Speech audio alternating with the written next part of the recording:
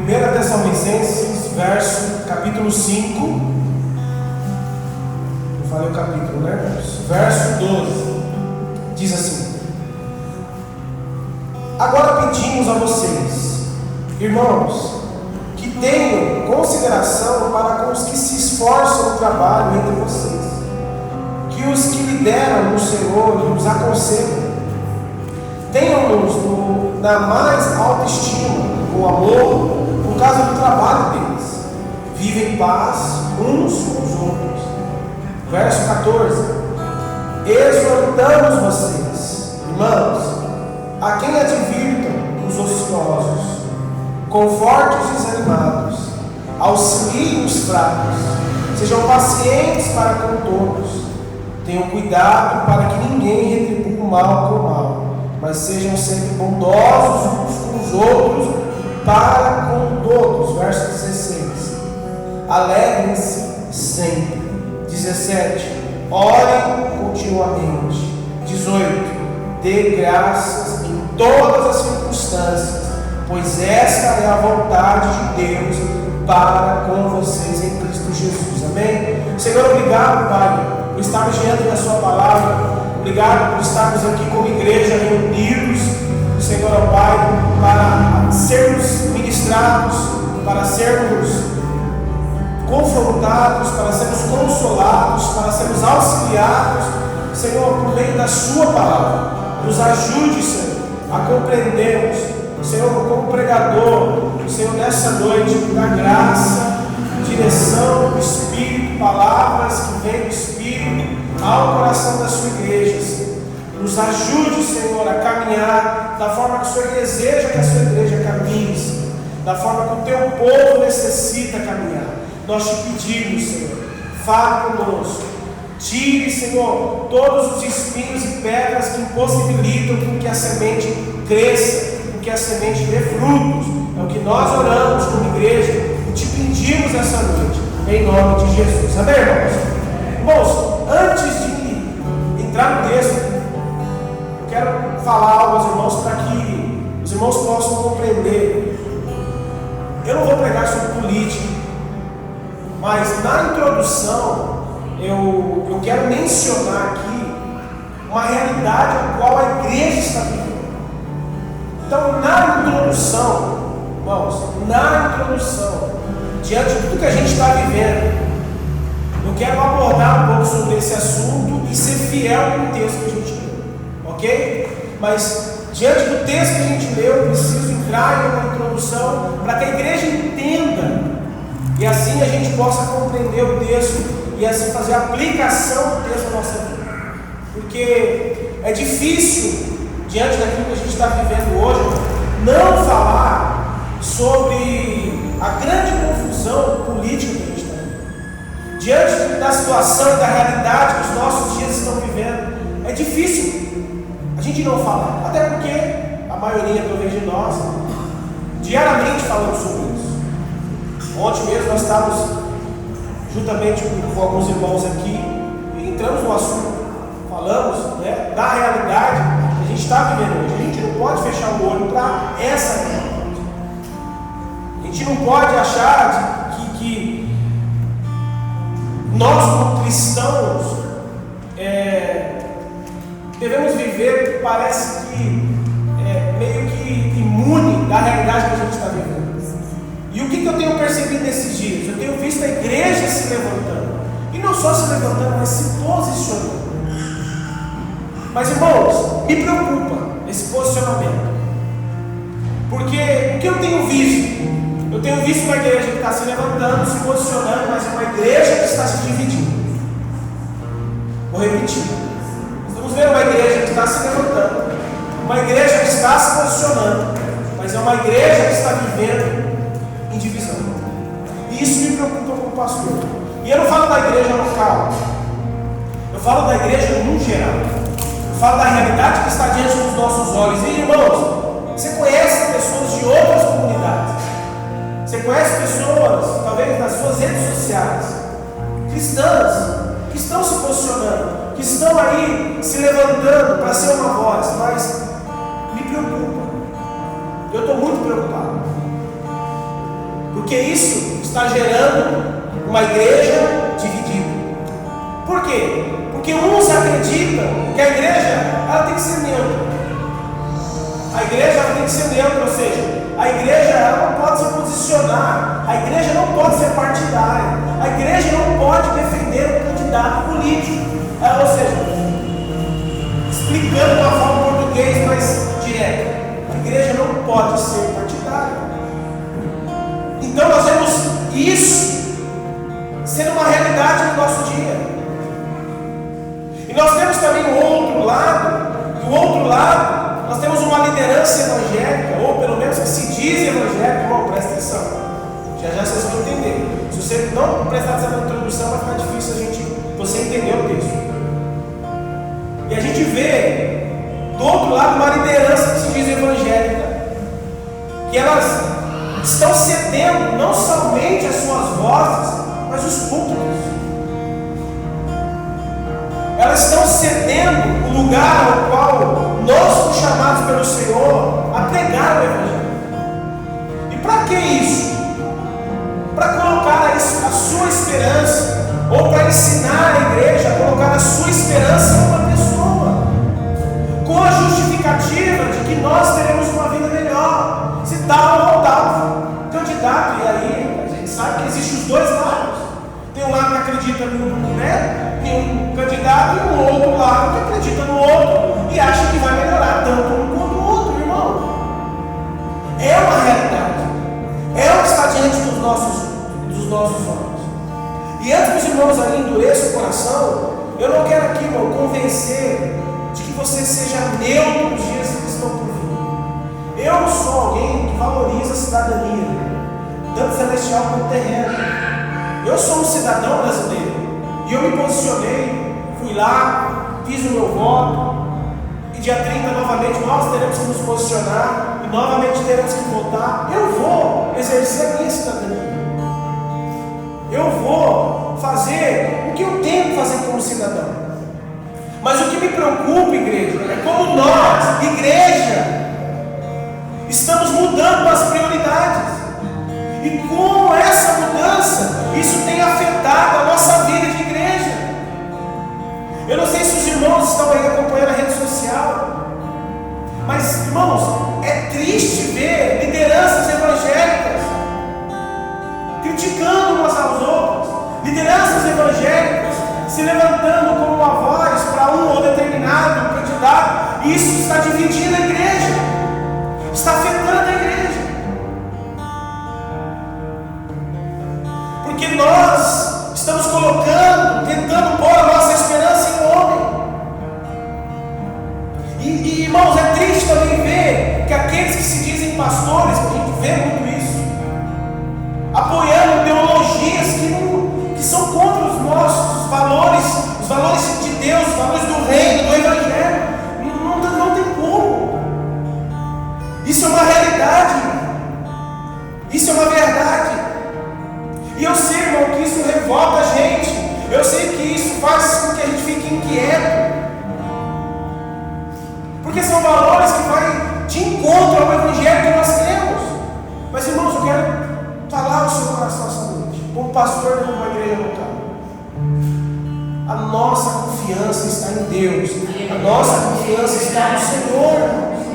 Salmo 103:19 diz: o nosso Deus estabeleceu o seu trono nos céus, e dos céus Ele governa tudo que existe. Deus governa todas as coisas.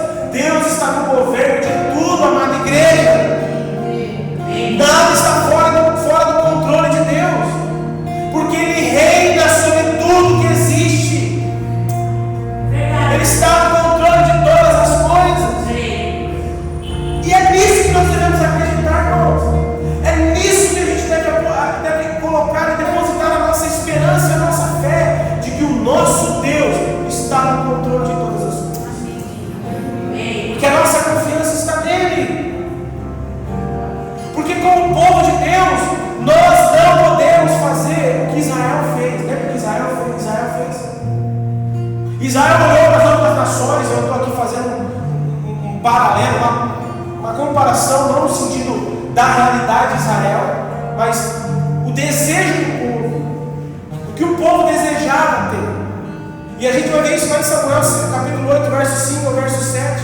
Olharam para as nações e chegaram para Samuel e falaram assim: Samuel, nós queremos um homem que nos governe, nós queremos um rei, como todas as nações têm. E sabe o que Deus falou para Samuel? Samuel, não é você que ele está rejeitando, é a mim que eles estão rejeitando. Então dê a ele o que eles querem, dê a ele o que eles estão pedindo. E eu não estou aqui, irmão, fazendo uma aplicação para a realidade que a gente está vendo hoje. O que eu quero que os irmãos entendam é que a nossa prioridade como igreja tem se perdido. A nossa prioridade como igreja, ela tem sido negligenciada. Não foi o homem, não, foi Jesus. Nós precisamos entender que Jesus é o nosso único rei.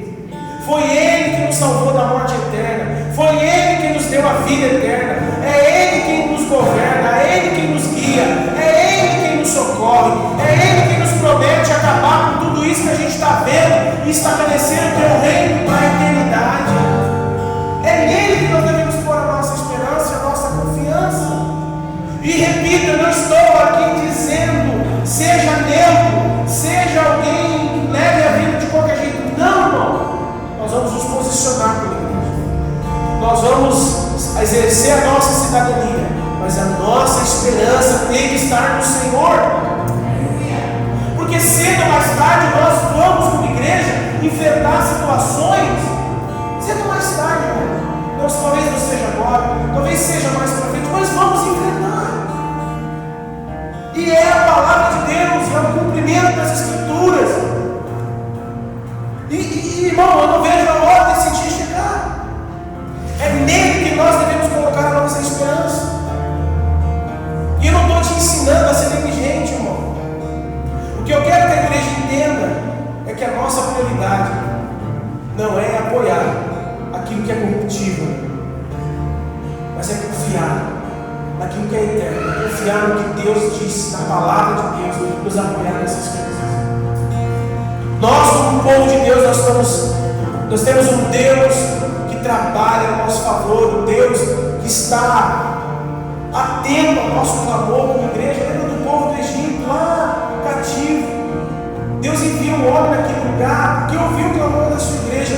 Deus estará ouvindo o clamor da sua igreja, passando governos em governos, seja ele justo, seja injusto. Deus estará agindo no meio do clamor da sua igreja. A nossa esperança está nele, irmãos. E é isso que Paulo quer que os irmãos entendam. Porque se você olhar a carta, toda a carta, você vai ver que a realidade dessa igreja era uma realidade de perseguição. Era uma realidade muito difícil. Eles estavam sendo perseguidos por causa do Evangelho. Eles estavam passando por muito sofrimento por causa da perseguição. Talvez se você olhar, é diferente a realidade que a gente vive. Mas o que eu quero aplicar aqui ao coração dos irmãos é que aquilo que Paulo trata como prioridade deve ser a nossa prioridade, independentemente do que a gente está vivendo, independentemente de situações que a gente está vivendo. E aquela igreja sofria, aquela igreja estava passando por grande perseguição, mas Paulo não chega para aquela igreja e fala assim: olha, vocês estão sofrendo porque vocês votaram errado, vocês estão sofrendo porque vocês não escolheram o candidato aí que vocês... Não, Paulo não diz isso. Paulo, em nenhum momento na sua carta escrita às igrejas, ele joga a responsabilidade para uma liderança política, não daquela época. Até porque, irmãos, muitas das coisas que aconteceu e acontece é permissão de Deus. Olha para Israel estava bem em Jerusalém, estava prosperando, estava cultuando a Deus. Sabe o que Deus fez? Disciplinou Israel. Sabe o que Deus fez, irmão? Enviou um rei chamado Nabucodonosor, invadiu Jerusalém, destruiu Jerusalém, destruiu o templo, levou o povo cativo para Babilônia. Deus permitiu que isso acontecesse. Deus permitiu que o seu povo fosse disciplinado por causa da sua desobediência, por causa da sua rebeldia, por causa da sua idolatria.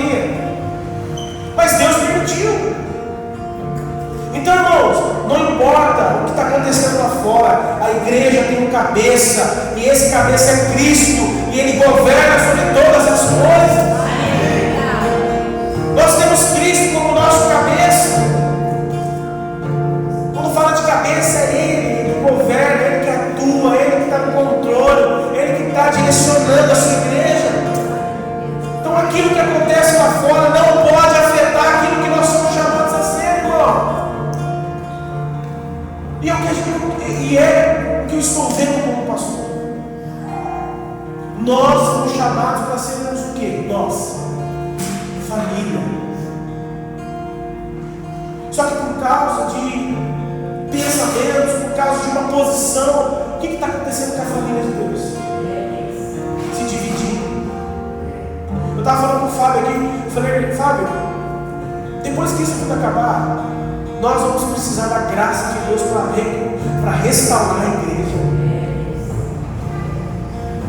Porque, irmão, se você vai para a rede social, você vai ver pastor contra pastor, pastor se levantando contra uma fake news de um outro pastor, e a gente vai ver a igreja cedendo seus cultos para os políticos. Você vai ver a igreja, sabe, se envolvendo com tanta intensidade em prol de alguém. Eu sei que por trás de alguém existem valores, existem pensamentos bons, boas ideologias, eu sei, irmão. Mas a igreja não foi chamada para ser família. A igreja foi chamada para viver em unidade, em amor, em graça. E Paulo, irmão, no final da sua carta aos Tessalonicenses, ele vai falar dos principais fundamentos que uma família precisa ter para prosperar e ser feliz. E também se tornar uma igreja, um povo espiritual. E se você estudar a carta de Tessalonicenses, você vai ver que eles eram uma família, apesar das circunstâncias. Paulo, em todo momento, elogiando eles, elogiando a maneira que eles viviam como igreja, elogiando a sua compaixão para o outro, o amor para o outro. Ou seja, eles eram uma família, era uma igreja unida, era uma igreja que era zelo na fé, não só na fé, mas também no amor. E a gente vê isso no capítulo 1. Ou seja, eles eram uma família. E o desejo de Paulo, irmão, era visitar novamente esse povo. Paulo queria estar perto deles. Paulo queria desfrutar daquele amor que estava naquela comunidade, naquela igreja. Só que Paulo não pôde visitá-los novamente. E a sua primeira visita já tinha sido complicada. Paulo relata lá no capítulo 1 dizendo que ele foi maltratado, foi insultado, teve muita luta, mas Paulo diz: valeu a pena tudo aquilo que eu vivi, porque vocês receberam o Evangelho. E agora eu vejo a vida de Cristo em vocês. Agora eu vejo que vocês de fato se tornaram a família de Deus. Valeu a pena todo o sofrimento. Irmão, coisa mais prazerosa para um pastor de uma igreja é olhar para a igreja e ver que a igreja de fato é a família de Deus. De fato a igreja vive em unidade. De fato a igreja se tornou um exemplo de fé como os Tessalônicos. É uma igreja que de fato vive em amor. E esse é o maior privilégio. E Paulo exalta isso dizendo assim: eu estou feliz pelo que vocês se tornaram. Eu estou feliz porque vocês estão unidos. Eu estou feliz porque vocês se amam. Eu estou feliz porque vocês resolvem os seus problemas. Porque tem problema. Apesar da luta, valeu a pena, diz o apóstolo Paulo. E infelizmente, por cada circunstância, Paulo não conseguiu visitá-los novamente. Era o desejo dele, mas ele não conseguiu. Sabe o que ele faz? Timóteo, vai lá, visita os irmãos, traz um relatório para mim de como estão os irmãos. E Timóteo vai, visita e passa um tempo ali com aqueles irmãos. Ele volta com a notícia e diz para Paulo: Paulo, a igreja está firme. A igreja está vivendo em amor, a igreja está unida. Paulo, aquela igreja é uma igreja de fé, tão poderosa a fé que eles carregam, que o testemunho deles passaram para outros continentes, para Macedônia, para Cairo. É uma igreja referência, é uma igreja poderosa, Paulo. E Paulo se alegra Paulo se alegra com aquela notícia de Timóteo, aquela notícia ao qual todo pastor deseja ouvir da sua igreja. Os irmãos estavam firmes na fé, os irmãos estavam firmes no amor, e mesmo diante das tribulações, mesmo diante de tantas dificuldades, os irmãos estavam firmes. A gente vê no capítulo 3, verso 6 ao verso 8. E depois deles, irmãos, depois dele ter elogiado aquela igreja, aqueles irmãos, Paulo escreve na sua carta, tirando algumas dúvidas sobre alguns irmãos, dizendo: Paulo, quando Jesus voltará? Quando será a vinda do nosso mestre? Então Paulo escreve nessa carta, ele tira essas dúvidas daqueles irmãos, ele fala da vinda do Senhor. E aí no final, depois que ele explica da vinda do Senhor, Paulo agora ele vai dar algumas instruções para a igreja. Instruções, irmãos, que veremos aqui agora, que são essenciais para a igreja, essenciais para os nossos dias, porque fala da prioridade da igreja, fala como que a igreja precisa viver e caminhar. E aí, vai lá para o texto comigo, abre o seu texto, volta lá.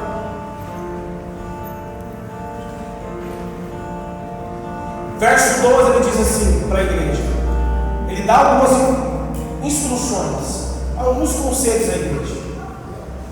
E ele no verso 12 assim: agora permitimos a vocês, irmãos, que tenham consideração para que os que se esforçam no trabalho entre vocês, os que lideram o Senhor e os aconselham, tenham-nos na mais alta estima como amor, por causa do trabalho deles.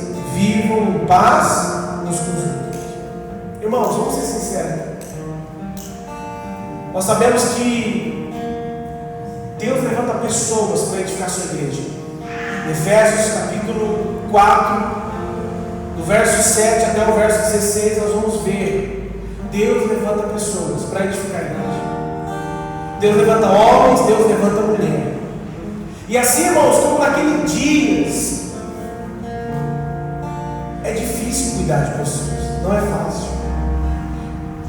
O que Paulo aqui orienta aos irmãos e à igreja é: igreja, considere, honre, amem e vivam em paz com aqueles que estão se esforçando para liderar vocês, para aconselhar vocês. Qual é o conselho de Paulo? Amem, honrem, se esforcem, considere aqueles ao qual Deus levantou para edificar a sua igreja, o seu povo. Considere. Aí, a primeira coisa que Paulo vai tratar ali, primeiro Paulo diz que a igreja deveria aceitar os seus líderes ao qual o Senhor os escolheu. É isso que ele diz ali no verso 12. Segundo ponto que Paulo aborda, que eles deveriam valorizar,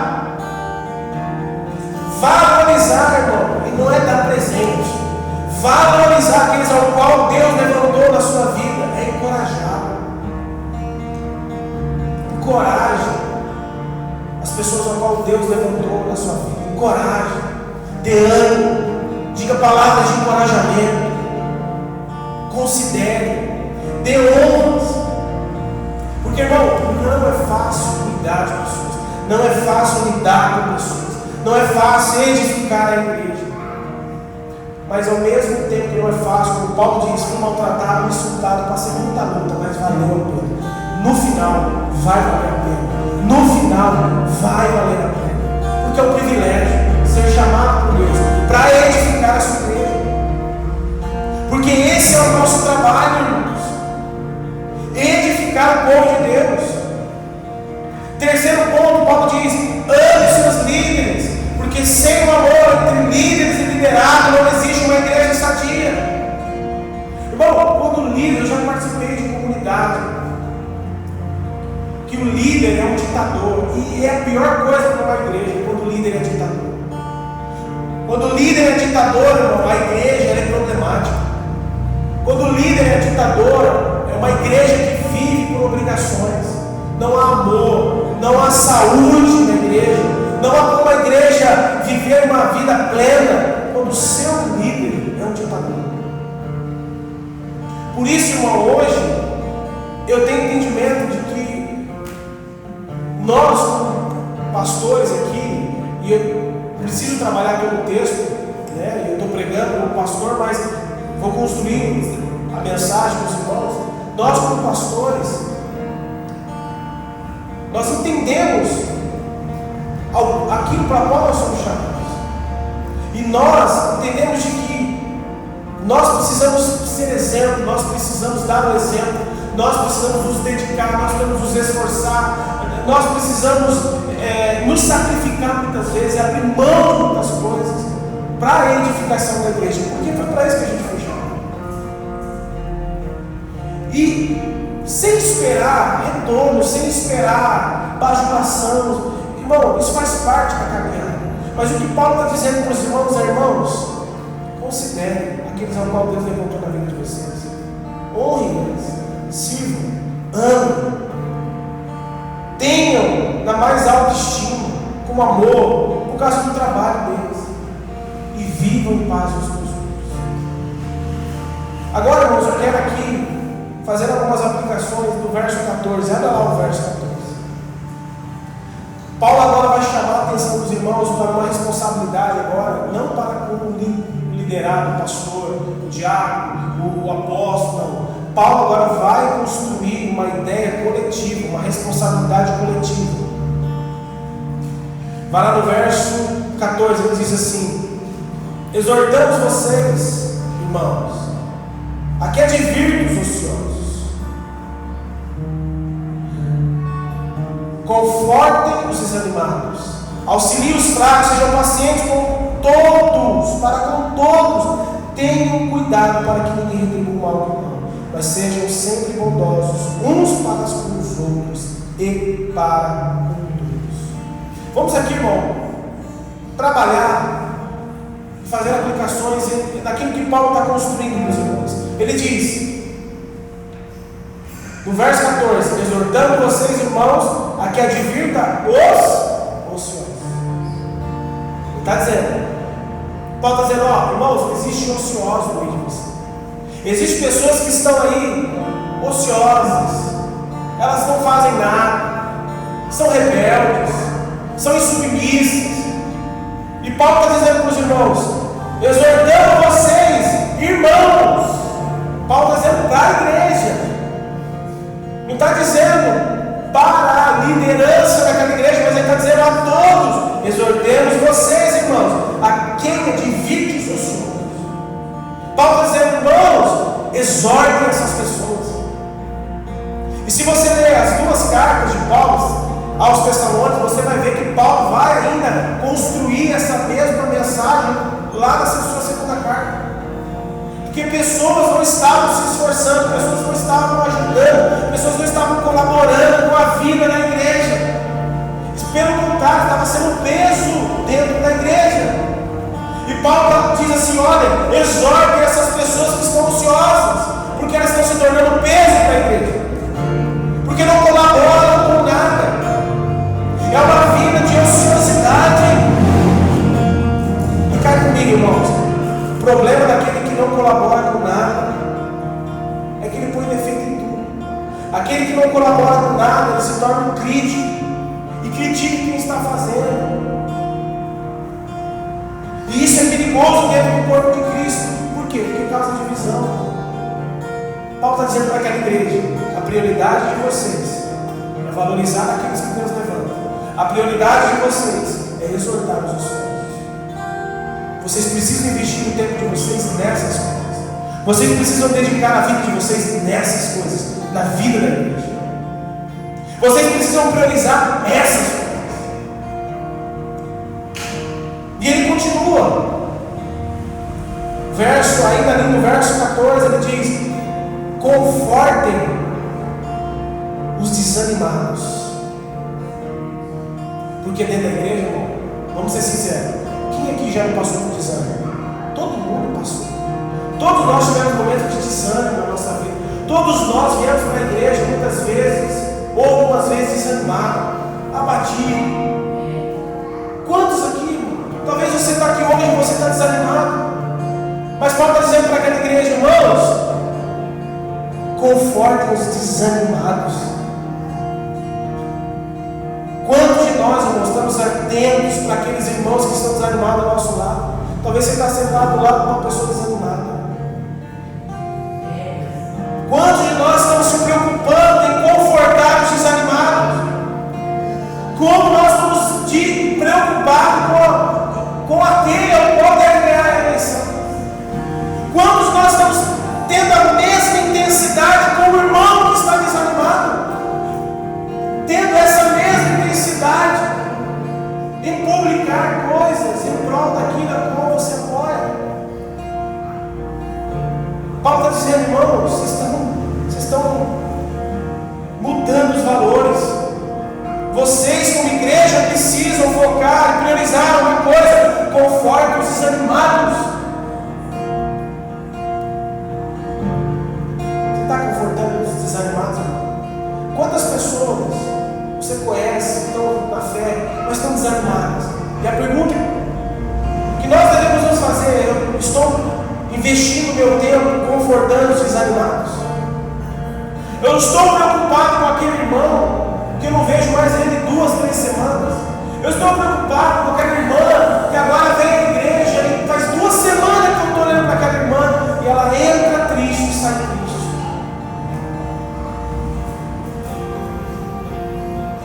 Confortem os desanimados. E Paulo vai continuar. Ele continua dizendo: auxiliem os fracos. Ou seja, deem suporte para aquele irmão ou irmã que não consegue compreender as Escrituras. Auxiliem os fracos. Não é só criticar os fracos, mas é auxiliar. Não é só apontar o dedo e dizer assim: ah, isso aí é fraco. Não, mas é auxiliar. É auxiliar aquele irmão e aquela irmã que não entende as Escrituras, que não entende o Evangelho. É auxiliar aquele irmão e aquela irmã a sair dos fundamentos básicos da fé, como Paulo trata isso lá com os irmãos em Hebreus. Dizer: irmãos, vocês estão ainda nos fundamentos básicos, vamos crescer. Vocês estão ainda em coisas básicas da fé, você não sai disso. E Paulo diz: olha, vocês têm que crescer. Era para vocês serem mestres. Vocês precisam crescer. E nós, como igreja, precisamos auxiliar os fracos da fé, a dar suporte para que os irmãos que estão à nossa volta amadureçam, cresçam e assim ajudem uns aos outros. Quem está entendendo? Paulo diz, continua o texto, fala: irmãos, sejam pacientes como todos. Irmão, vamos falar a verdade. É fácil ter paciência? Não é fácil ter paciência. A gente perde a paciência com o filho, a gente perde a paciência com a esposa, a gente perde a paciência com o marido, e a gente acha que vai chegar na igreja e não vai perder a paciência com o irmão. Mentira, vamos perder isso. Tem irmão que é difícil, tem irmão que é complicado, tem irmão que vai vir com a mesma desculpa, a mesma fala: ai, por quê? E você vai olhar e falar assim: eu estou de saco cheio. A gente que é pastor, a gente fala mais isso, tá? Vou confessar um pecado. Estou de saco cheio, mas toda semana é mesmo. Hoje não mais, né, irmão? Só estou aqui dando exemplo dos pecados que eu cometi. Estou confessando. Hoje eu entendo de que eu fui levantado para auxiliar, para confortar. E Paulo está dizendo aqui: irmãos, sejam pacientes com todos. Sejam pacientes com aquelas pessoas que têm defeito. Sejam pacientes com aquelas pessoas que talvez não pensam como você pensa. Sejam pacientes com aqueles que são fracos na fé. Sejam pacientes. Tem gente que não quer mais viver vida de igreja, sabe por quê? Porque não tem mais paciência. Não, quer saber? Eu quero só vir no domingo, não quero ter compromisso com ninguém, eu não quero ouvir ninguém, eu não quero dar ouvido a problema de ninguém, porque basta os meus. E Paulo está dizendo: não, você não entendeu. Você não entendeu o que é o Evangelho. O Evangelho é ser paciente com todos, é suportar com todos. No verso 15 ele diz, vai lá o verso 15. Irmãos, fiquem atentos para que ninguém entre vocês, entre o mal com o mal. Pelo contrário, ensine eles a serem bondosos um com os outros. E não só com os outros, com todos. Um com os outros, irmãos, já é difícil. Imagine com todos. Porque o todos, a lista é grande. O todos, irmão, às vezes vai ser irmãos, vai ser pessoas que não fazem parte, às vezes, da nossa vida diária, da nossa comunidade. E pode dizer assim: olha, sejam pacientes uns com os outros. Desculpa, não retribuam o mal. Pelo contrário, ensine eles a serem bondosos. Paulo está dizendo, irmão, se vier alguém para vocês querer fazer algum mal, não faça igual a eles, sejam diferentes deles.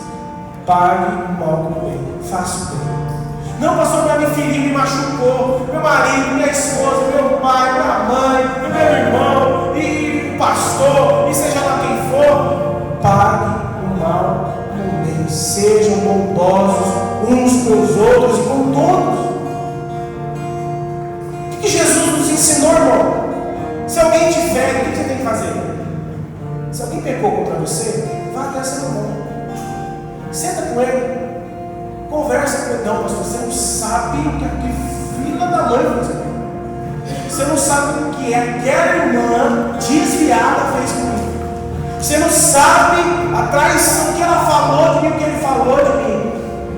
Jesus nos ensina. Se ele pecou contra você, vá até ele, senta, conversa, resolve. Sejam bondosos com todos. Quem está entendendo? E aí, Paulo continua. Vai lá no verso 16, ele diz: alegre-se. Quando? Alegre-se quando? De vez em quando? No domingo, quando a gente vem para a igreja e canta música? Não, alegre-se sempre. Neemias 8, verso 10, ele vai dizer que a alegria do Senhor é a nossa vida.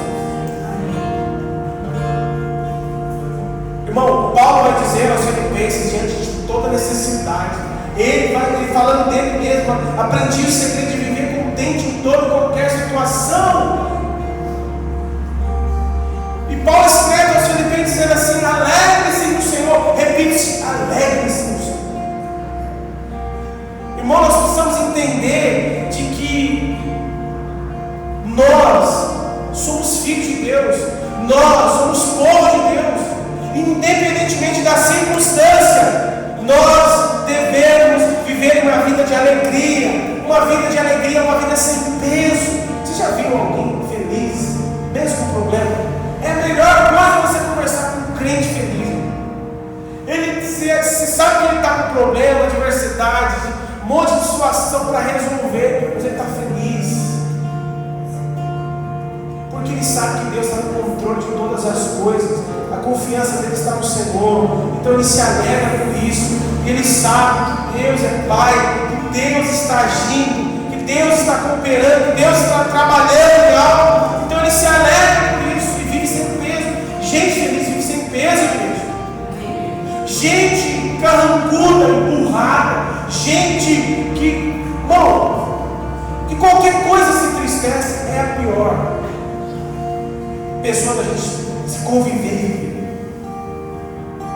Gente que só vê negatividade, gente que só vê problema onde não há, não tem alegria, não tem esperança. Então vê uma situação, o coração já se entristece, passa por uma tribulação, o coração já se entristece. Paulo está dizendo: irmãos, alegrem-se sempre. Ou seja, vivem alegria todos os dias. Mas Paulo tem problema, vivem alegria. Eles tinham problema. Paulo está dizendo assim: olha, vocês têm que viver em alegria.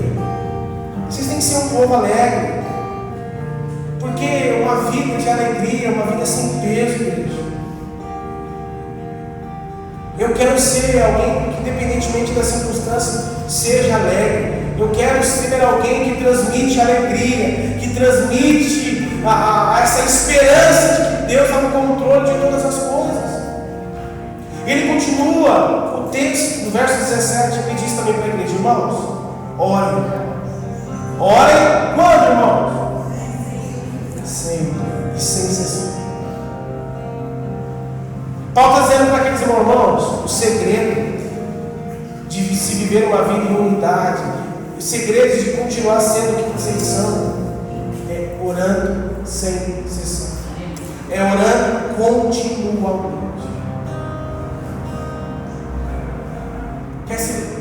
Que deseja que a gente seja uma igreja que viva milagres, sinais, poder de Deus, graça de Deus, é orando continuamente.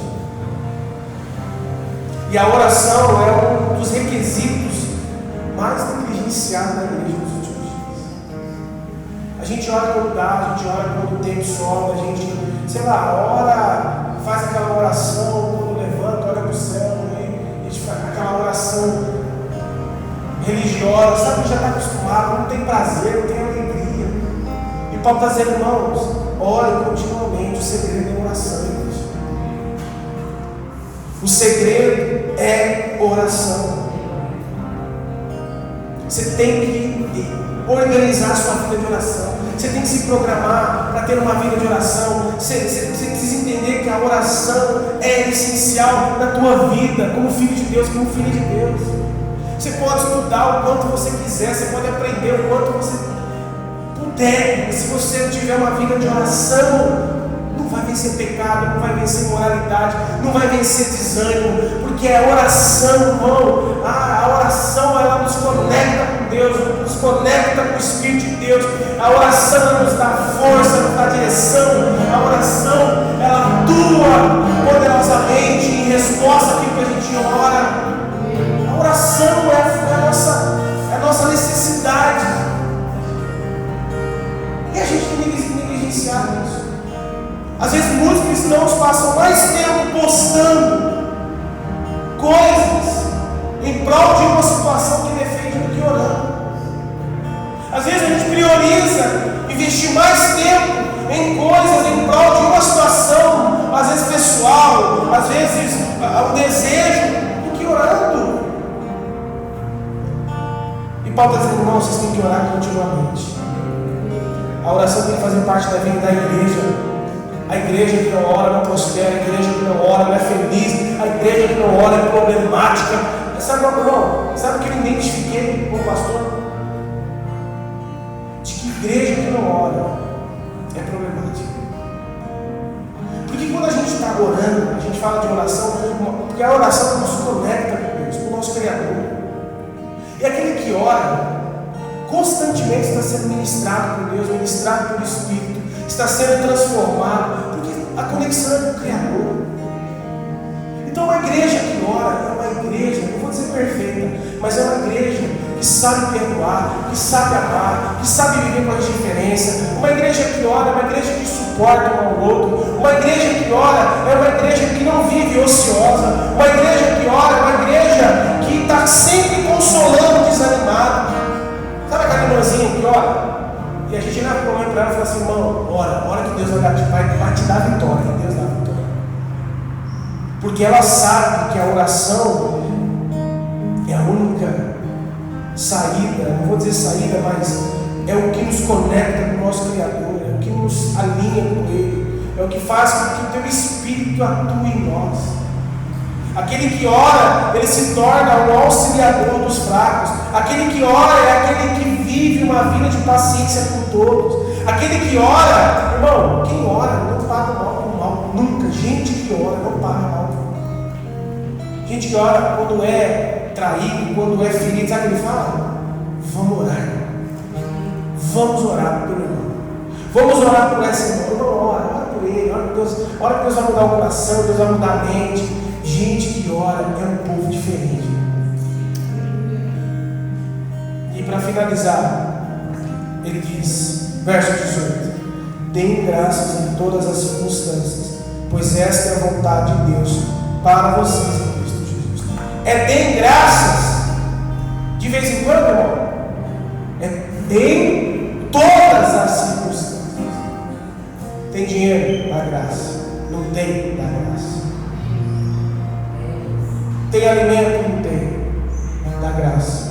Quando tem, dá graça. Está enfermo? Dá graça. Está curado? Dá graça.